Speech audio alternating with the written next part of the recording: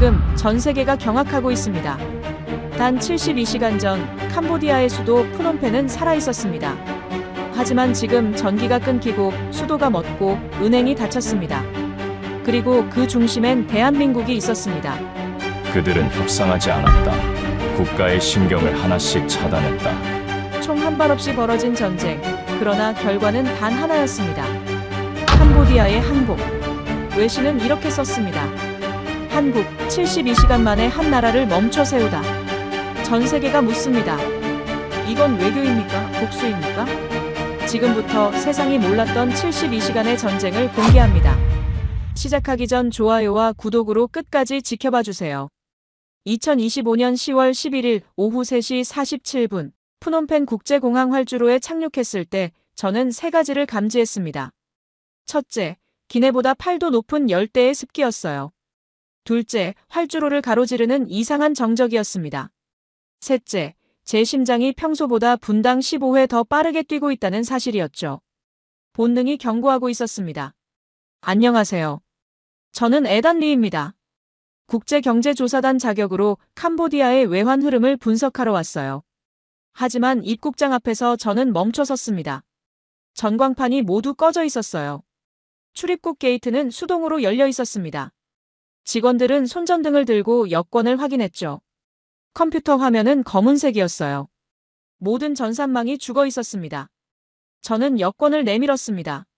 직원은 손전등 불빛으로 사진을 비추며 유관 확인을 했어요. 도장을 수기로 찍었죠. 입국 심사에 19분이 걸렸습니다. 평소라면 90초면 끝날 절차였어요.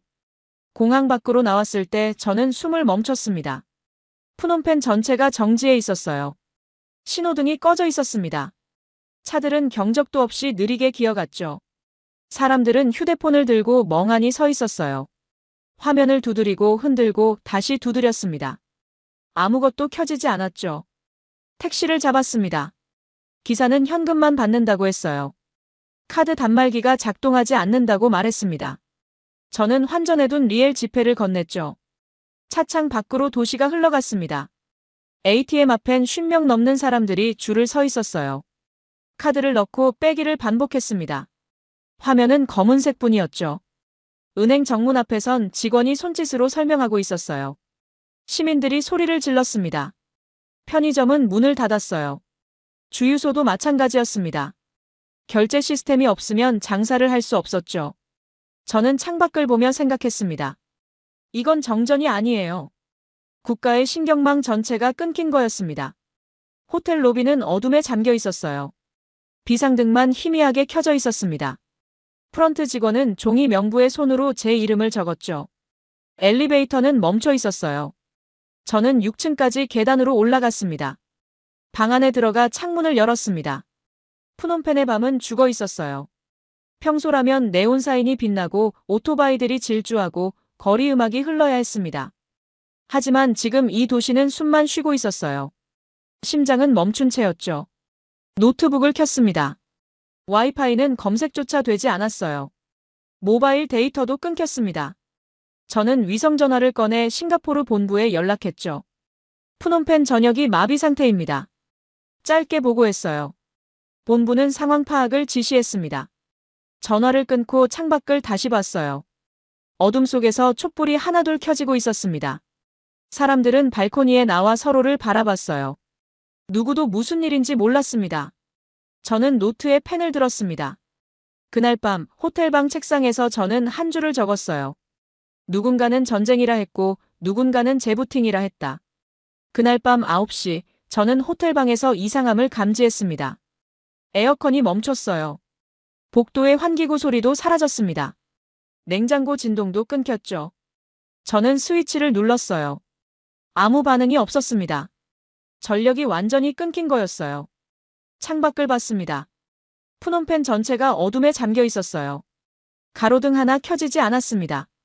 건물의 비상등마저 꺼진 상태였죠. 밤하늘의 별만이 도시를 비추고 있었어요. 저는 계단으로 1층에 내려갔습니다. 로비엔 투숙객 27명이 모여 있었어요. 손전등 불빛만이 공간을 흔들었습니다. 프런트 직원이 떨리는 목소리로 말했죠. 수도도 끊겼습니다. 저는 숨을 멈췄어요. 전력과 수도가 동시에 멈췄다는 뜻이었습니다. 밤 10시, 저는 거리로 나갔습니다.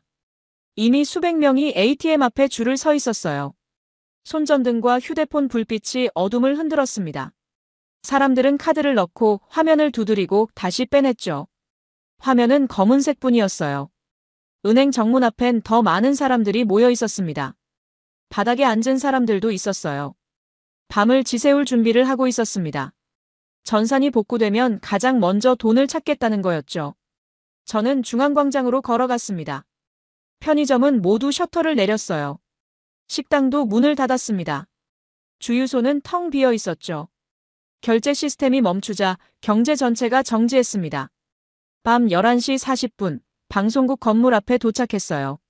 직원들이 발전기를 끌고 나왔습니다. 케이블을 연결하고 스위치를 올렸죠. 엔진 소리가 어둠을 갈랐어요. 자정이 지나고 12분 후 대형 전광판이 켜졌습니다. 흑백 화면이었어요. 아나운서가 나왔습니다. 표정은 굳어 있었죠. 입술이 떨렸어요. 현재 푸놈펜 전역에 원인 미상의 시스템 장애가 발생했습니다. 정부는 복구 작업을 진행 중입니다. 원인 미상. 저는 그 단어를 곱씹었어요. 정부도 모르고 있었습니다. 아니, 말할 수 없는 거였죠. 광장엔 2,000명 넘는 사람들이 모여 있었어요. 분노한 목소리들이 터져나왔습니다. 누군가는 물을 요구했고 누군가는 돈을 외쳤죠. 경찰은 확성기도 없이 손짓으로 진정시키려 했습니다. 무력했어요. 새벽 2시, 저는 은행 앞으로 돌아갔습니다. 사람들은 여전히 그 자리에 있었어요. 바닥에 앉아 ATM을 바라보고 있었습니다. 어떤 이는 30분마다 일어나 카드를 넣어봤죠. 계속 실패했어요. 한 노인이 벽에 기대 잠들어 있었습니다. 젊은 여성은 아이를 안고 서 있었어요. 남자는 담배를 피우며 하늘을 봤습니다. 그들은 밤을 지새우고 있었어요. 새벽 4시, 저는 호텔로 돌아왔습니다. 방 안은 섭씨 32도였어요. 창문을 열었지만 바람은 없었습니다. 저는 책상 앞에 앉아 노트를 펼쳤죠. 12시간이었어요. 10월 11일 오후 3시 47분 착륙부터 지금까지 정확히 12시간 만에 이 나라는 멈춰 섰습니다. 전력, 수도, 금융망이 동시에 무너졌어요. 정밀했습니다. 계획적이었죠. 저는 펜을 들었습니다. 한 줄을 적었어요. 국가의 심장이 멈출 때 소리는 없다. 10월 12일 새벽, 저는 푸놈펜에서 무너지는 도시를 목격했습니다. 하지만 그 순간 서울에선 다른 일이 벌어지고 있었어요. 저는 나중에야 알게 됐습니다. 윤도현 실장이 움직인 시각을요. 10월 11일 밤 11시, 서울 청와대 지하 3층 상황실이었습니다. 윤도현은 7개 모니터 앞에 서 있었어요. 국가안보실 전략실장이었습니다. 화면엔 푸놈펜의 실시간 위성사진이 떠 있었죠. 도시는 어둠에 잠겨 있었어요. 그는 단 한마디도 하지 않았습니다. 국정원 팀장이 보고했어요. 인신매매 조직 자금 흐름 추적 완료했습니다. 외교부 국장이 이어 말했죠. 캄보디아 정부 공조 요청 3차 거부했습니다. 사이버안보센터장이 마지막으로 보고했어요. 목표 지점 접근 경로 확보 완료했습니다. 윤도현은 고개를 들었습니다. 준비 시간은 즉시 가능합니다. 상황실이 고요해졌어요. 팀장들은 윤도현을 바라봤습니다. 그는 모니터를 응시했죠. 푸놈펜의 어둠이 그의 얼굴을 비췄어요. 표정은 변하지 않았습니다. 5초가 흘렀습니다. 윤도현이 입을 열었어요. 자금줄, 통신망, 출국 라인을 동시에 묶어라. 단 한 문장이었습니다. 팀장들은 고개를 숙였어요. 명령을 이해했습니다. 협상도 경고도 외교 발표도 없었죠. 국정원 팀장이 자리로 돌아갔습니다. 외교부 국장이 전화를 들었어요. 사이버안보센터장이 키보드 앞에 앉았습니다. 윤도현은 의자에 앉았어요. 외교부 국장이 고개를 들었습니다. 발표는요? 없다. 하지만 윤도현은 모니터를 가리켰어요. 72시간 동안 침묵. 그전엔 아무 말도 안 합니까? 우린 협상하지 않는다. 작동한다. 국장은 입을 다물었습니다. 상황실 전체가 정적에 잠겼어요. 키보드 소리만 낮게 울렸습니다. 직원들은 각자 자리에서 화면을 응시했죠. 윤도현은 팔짱을 꼈어요. 화면 속 푸놈펜은 여전히 어둠 속에 있었습니다. 하지만 보이지 않는 곳에서 전쟁이 시작되고 있었어요. 총성 없이, 선전포고 없이, 침묵 속에서요. 외교 대신 작동이었습니다. 경고 대신 실행이었어요. 협상 대신 결단이었죠. 저는 3일 후에야 이 사실을 알게 됐습니다. 그날 밤 서울 지하상황실에서 한 나라의 운명이 결정됐다는 걸요. 단 한 문장으로, 단 한 사람의 결단으로, 침묵 속에서요. 세상은 몰랐습니다. 푸놈펜이 왜 무너지고 있는지를요. 하지만 윤도현은 알고 있었어요.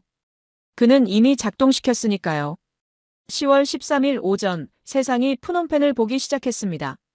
저는 호텔 로비에서 위성전화로 뉴스를 확인하고 있었어요. 인터넷이 끊긴 도시에서 외부 소식을 듣는 유일한 방법이었습니다. CNN이 가장 먼저 움직였어요. 오전 7시 23분 속보가 떴습니다. 저는 화면을 응시했죠. 캄보디아 수도 푸놈펜 48시간째 전면 마비. 배후로 한국 지목. 앵커의 목소리가 들렸어요. 이것은 비폭력 개입의 신기원입니다. 전쟁 없이, 군대 없이 한 국가가 다른 국가를 무력화시켰습니다. 저는 숨을 멈췄습니다. 한국. 드디어 이름이 나왔어요. 48시간 동안 침묵하던 배후가 드러난 거였죠. NHK가 이어 보도했습니다. 오전 8시 41분이었어요.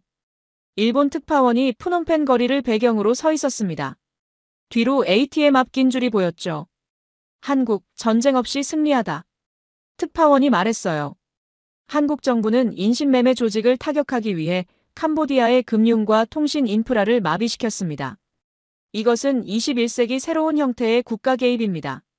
저는 화면을 계속 봤습니다. BBC는 오전 10시 정각에 움직였어요. 런던 스튜디오였습니다. 국제정치 전문가가 출연했죠. 표정이 굳어 있었어요. 세계 질서의 균열이 시작됐다. 전문가가 말했습니다. 한국은 유엔 승인도 국제사회 합의도 없이 단독 행동했습니다. 이것이 정당한 정의의 실현인지 주권 침해인지에 대한 논쟁이 시작될 것입니다. 저는 로비 소파에 앉았어요. 세계 방송이 모두 같은 결론을 내리고 있었습니다. 한국이 움직였다는 것, 그리고 이것이 전례 없는 일이라는 것이었죠. 로이터 통신이 10시 30분에 속보를 냈습니다. 한국 국가안보실, 캄보디아 인신매매 조직 와해 작전 진행 중. 비공식 확인. AP통신도 이어 보도했어요. 한국 사이버 및 금융 수단 동원. 캄보디아 정부 기능 마비. 알자지라는 다른 각도로 접근했습니다. 아시아 신흥 강국의 독자 행동. 미국과 중국은 침묵. 저는 노트를 꺼냈어요. 펜을 들었습니다. 각국 언론의 논조를 정리했죠. 크게 세 갈래였어요. 첫째, 한국의 행동을 정당한 정의 실현으로 보는 시각.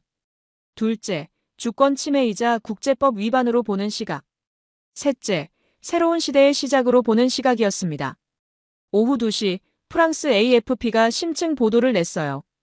한국은 총 대신 시스템을 쐈다. 기사 제목이었습니다. 저는 그 문장을 3번 읽었어요.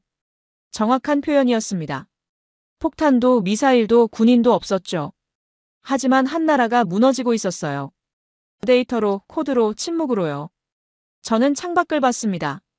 푸놈펜 거리엔 여전히 사람들이 ATM 앞에 서 있었어요. 은행 앞 시위대는 더 늘어났습니다. 정부 청사 앞엔 경찰이 배치됐죠. 세상은 푸놈펜을 보고 있었습니다. 하지만 푸놈펜은 세상을 볼 수 없었어요. 통신이 끊겼으니까요. 저는 노트에 마지막 줄을 적었습니다. 언론은 전쟁이라 불렀다. 하지만 이건 전쟁보다 정밀했다. 선택적이었고 계산됐고 침묵했다. 그날 세계는 한국이라는 이름을 기억하기 시작했습니다. 총성 없이 승리한 나라로요. 10월 13일 오후 3시 저는 푸놈펜 정부청사 앞에 서 있었습니다. 군용 트럭 12대가 광장을 둘러쌌어요. 군인들이 총을 들고 배치됐습니다.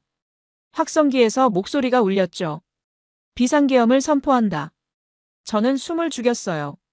소카리안 차관이 나타났습니다. 캄보디아 내무부 차관이었죠. 그는 권력의 중심에 있던 인물이었어요.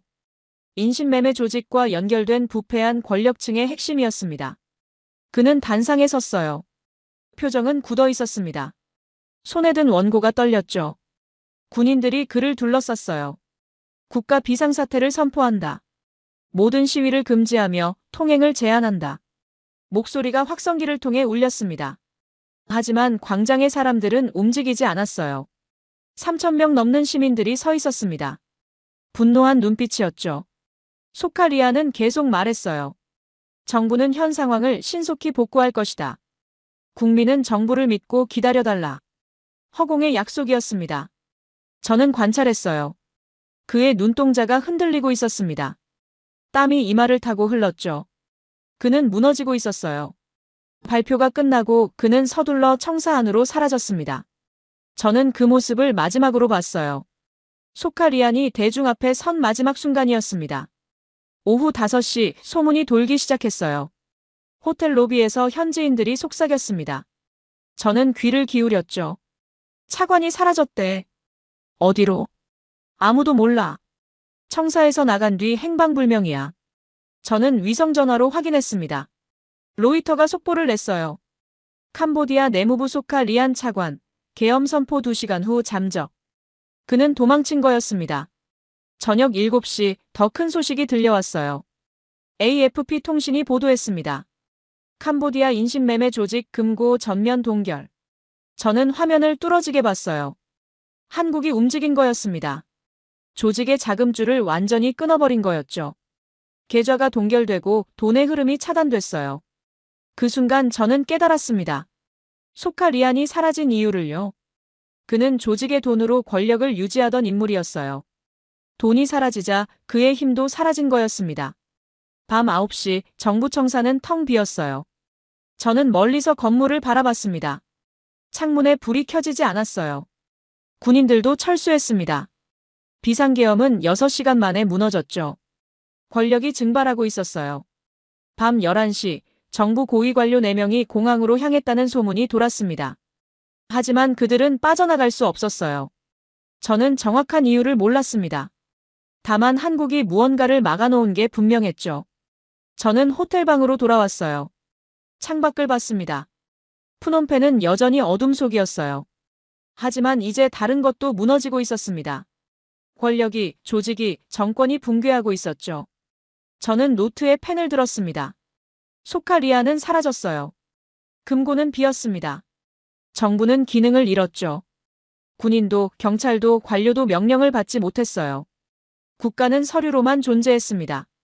깃발은 걸려 있었지만 아무도 그 아래 서 있지 않았어요. 청사는 있었지만 권력은 사라졌습니다. 정부라는 이름만 남았죠. 저는 마지막 문장을 적었어요. 그날 이후 국가는 서류로만 존재했다. 10월 14일 저는 진실을 알게 됐습니다. 위성전화로 싱가포르 본부가 보낸 자료를 받았어요. 암호화된 파일이었습니다. 열어보는 순간 저는 숨을 멈췄죠. 작전명 K 프로토콜. 한국이 움직인 72시간의 기록이었어요. 10월 11일 밤 11시부터 시작됐습니다. 윤도현 실장이 지휘했죠. 국정원, 외교부, 사이버안보센터가 합동으로 움직였어요. 세계 기관, 47명의 인력, 단 하나의 목표였습니다. 인신매매 조직을 와해시키는 것. 저는 자료를 한 줄씩 읽었어요. 첫 번째 타겟은 돈이었습니다. 국정원 금융추적팀이 6개월간 추적한 결과였죠. 31개 차명 계좌가 확인됐어요. 싱가포르 12개, 홍콩 9개, 태국 6개, 말레이시아 4개였습니다. 10월 11일 밤 11시 14분, 동결 명령이 떨어졌어요. 12분 만에 31개 계좌 전액이 동결됐습니다. 총액 21조 원이었죠. 한국 정부는 국제금융망을 통해 각국 당국과 동시에 움직였어요. 조직의 심장이 멎었습니다. 두 번째 타겟은 위장기업이었어요. 4개 법인이 확인됐습니다. 싱가포르 2개, 홍콩 1개, 태국 1개였죠. 모두 정상사업체로 위장했지만 실제론 조직의 자금 세탁 창구였어요. 밤 11시 27분, 4개 법인 계좌가 동결됐습니다. 법인 대표들은 다음 날 아침에야 알았죠. 하루아침에 회사가 사라진 거였어요. 세 번째 타겟은 통신망이었습니다. 사이버안보센터가 움직였어요. 조직이 사용하는 세계 암호화 통신망을 추적했습니다. 푸놈펜 외곽 중계기 5곳을 식별했죠. 자정 3분, 중계기가 차단됐어요. 조직 내부 통신이 끊겼습니다. 명령 체계가 무너진 거였죠. 네 번째 타겟은 출국 라인이었어요. 외교부가 캄보디아 공항 시스템에 접근했습니다. VIP 출국 라인을 포함해 모든 경로를 봉쇄했죠. 고위 관료와 조직 핵심 인물 127명의 명단이 블랙리스트에 올랐어요. 자정 18분, 출국 차단 완료됐습니다. 쥐도 새도 빠져나갈 수 없었어요.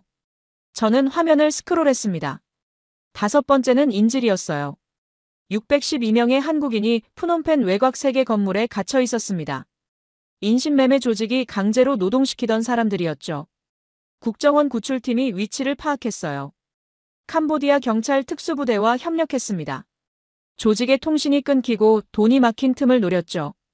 10월 13일 새벽 5시 동시 진입했습니다. 612명 전원 구출됐어요. 단 한 명의 사상자도 없었습니다. 저는 자료를 덮었습니다. 손이 떨렸어요. 이건 전쟁이 아니었습니다. 수술이었죠. 정밀하고 계산됐고 완벽했어요. 72시간 동안 한국은 침묵했습니다. 하지만 그 침묵 속에서 작전은 완료되고 있었어요. 계좌가 동결되고 통신이 끊기고 출구가 막히고 인질이 구출됐죠. 소리 없이 작동했습니다. 저는 창밖을 봤어요. 푸놈펜은 여전히 어둠 속이었습니다. 하지만 이제 저는 알았어요. 이 어둠이 왜 필요했는지를요. 혼돈 속에서 정의가 작동했습니다.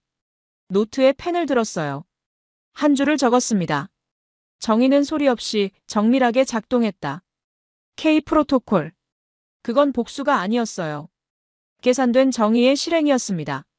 31개 계좌, 21조 원, 4개 법인, 612명, 72시간. 모든 숫자가 완벽하게 맞아떨어졌죠. 저는 그제야 이해했습니다. 한국은 처음부터 끝을 알고 있었다는 걸요. 10월 14일 오후 2시 캄보디아 정부가 움직였습니다. 저는 정부청사 앞 광장에 서 있었어요. 수천 명의 시민들이 모여 있었습니다. 카메라 수십 대가 단상을 향했죠. 총리 대행이 나타났어요. 소칼리아는 없었습니다. 내각의 절반이 사라진 상태였죠. 남은 사람들이 단상에 섰어요. 총리 대행이 원고를 펼쳤습니다. 손이 떨리고 있었어요. 목소리도 떨렸습니다. 캄보디아 정부는 대한민국 정부와의 협력에 합의했습니다. 협력이라는 단어였어요. 하지만 광장의 모든 사람이 알았습니다. 이건 항복 성명이었죠. 인신매매 조직과 연루된 모든 인사를 조사하고 처벌할 것을 약속합니다. 목소리가 계속 이어졌어요. 불법 자금 21조 원을 대한민국 정부에 반환하며 피해자 구제에 전액 사용할 것을 동의합니다. 21조 원. 저는 그 숫자를 노트에 적었습니다. 한국이 회수한 금액이었어요. 전력과 통신, 금융 시스템 복구를 위해 국제사회의 지원을 요청합니다. 성명은 5분 만에 끝났어요. 총리 대행은 고개를 숙였습니다. 단상을 내려갔죠. 질문은 받지 않았어요. 72시간 만에 캄보디아는 무릎을 꿇었습니다. 저는 호텔로 돌아와 위성전화를 켰어요. 전 세계 언론이 성명을 보도하고 있었습니다. CNN, BBC, 알자지라, NHK 모두 같은 단어를 사용했죠. 항복. 오후 6시 뉴욕에서 긴급 소식이 들려왔습니다. UN 안전보장이사회가 긴급회의를 소집했어요. 한국의 K 프로토콜을 의제로 상정한 거였습니다. 저는 화면으로 생중계를 봤어요. 15개 이사국 대표들이 원탁에 앉았습니다. 한국 대표도 자리에 있었죠. 의장이 입을 열었어요. 대한민국의 캄보디아 개입 사례를 검토합니다. 이것이 국제법상 정당한 행위인지 주권 침해인지 논의하겠습니다. 프랑스 대표가 먼저 발언했습니다. 이것은 전례 없는 비폭력 개입입니다. 군사력을 사용하지 않고 정의를 실현했습니다. 영국 대표가 이어 말했어요. 하지만 UN 승인 없는 단독 행동입니다. 위험한 선례가 될 수 있습니다. 중국 대표는 신중했습니다. 주권 존중 원칙을 지켜야 합니다. 그러나 인신매매는 반인류 범죄입니다. 미국 대표가 마지막으로 발언했죠. 21세기 새로운 개입 모델이 될 수 있습니다. K 프로토콜을 국제 사례로 연구할 필요가 있습니다. 의장이 정리했어요.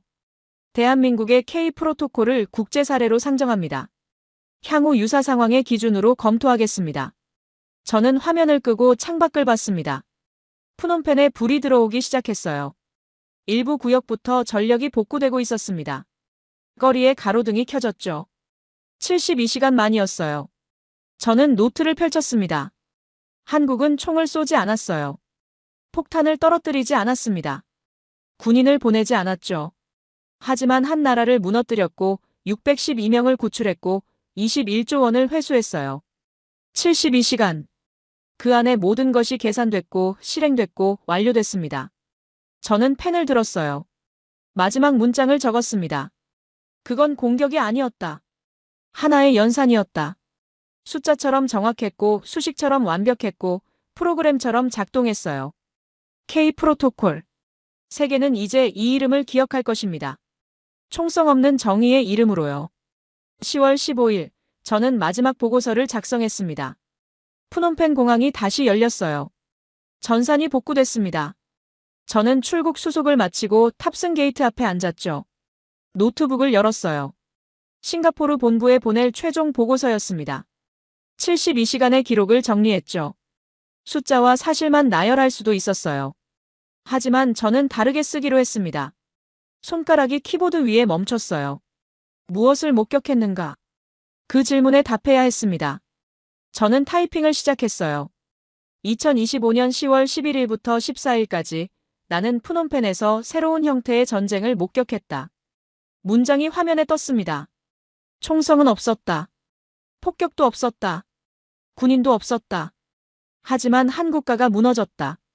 계속 썼어요. 대한민국은 72시간 만에 캄보디아를 무력화시켰다. 전력을 끊고 금융을 마비시키고 통신을 차단했다. 31개 계좌를 동결하고 21조 원을 회수하고 612명을 구출했다. 손가락이 멈추지 않았습니다. 이것은 공격이 아니었다. 연산이었다. 모든 것이 계산됐고 정밀했고 완벽했다. 저는 잠시 멈췄어요. 창밖을 봤습니다. 활주로에 비행기들이 줄지어 서 있었어요. 푸놈펜은 다시 움직이고 있었습니다. 하지만 무언가 바뀌었어요. 저는 다시 타이핑했습니다. 전쟁의 시대는 끝나지 않았다. 다만 이제는 총 대신 코드를 쏜다. 그 문장을 3번 읽었어요. 맞았습니다. 이게 제가 본 것의 본질이었죠. 탑승 안내가 나왔어요. 저는 노트북을 닫고 일어났습니다. 비행기에 올랐어요. 창가 좌석에 앉아 푸놈펜을 내려다봤습니다. 도시는 불빛으로 가득했죠. 72시간 전과는 달랐어요. 하지만 저는 알았습니다. 이 도시는 결코 예전과 같지 않을 거라는 걸요. 10월 16일, 저는 싱가포르에 도착했습니다. 본부에 보고서를 제출했어요. 국장이 읽고 고개를 끄덕였습니다. 좋은 분석입니다. 저는 사무실로 돌아왔어요. 그날 오후 한국 외신 브리핑 영상이 올라왔습니다. 저는 클릭했죠. 윤도현이 단상에 서 있었어요. 기자들이 질문을 쏟아냈습니다. 카메라 플래시가 터졌죠.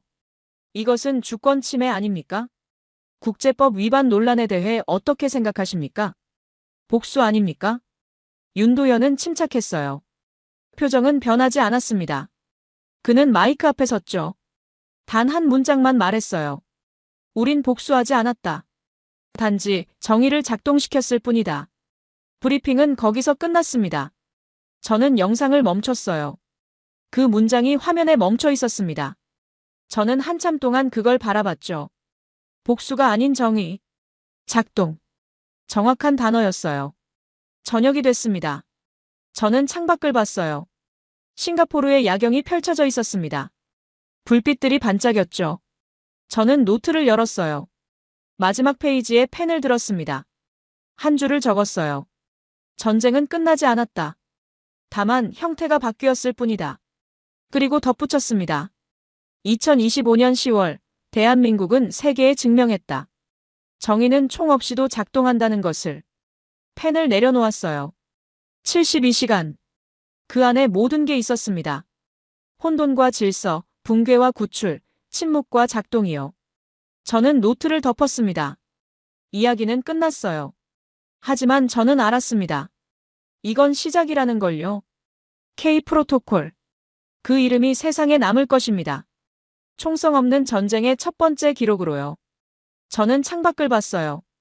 어둠 속에서 불빛들이 깜빡였습니다. 도시들이 살아 숨쉬고 있었죠. 하지만 이제 저는 알았어요. 그 불빛 하나하나가 얼마나 취약한지를요. 그리고 누군가 그걸 끌 수 있다는 것을요. 데이터로, 코드로, 침묵으로요. 전쟁은 변했습니다. 그리고 세상도 변할 것입니다.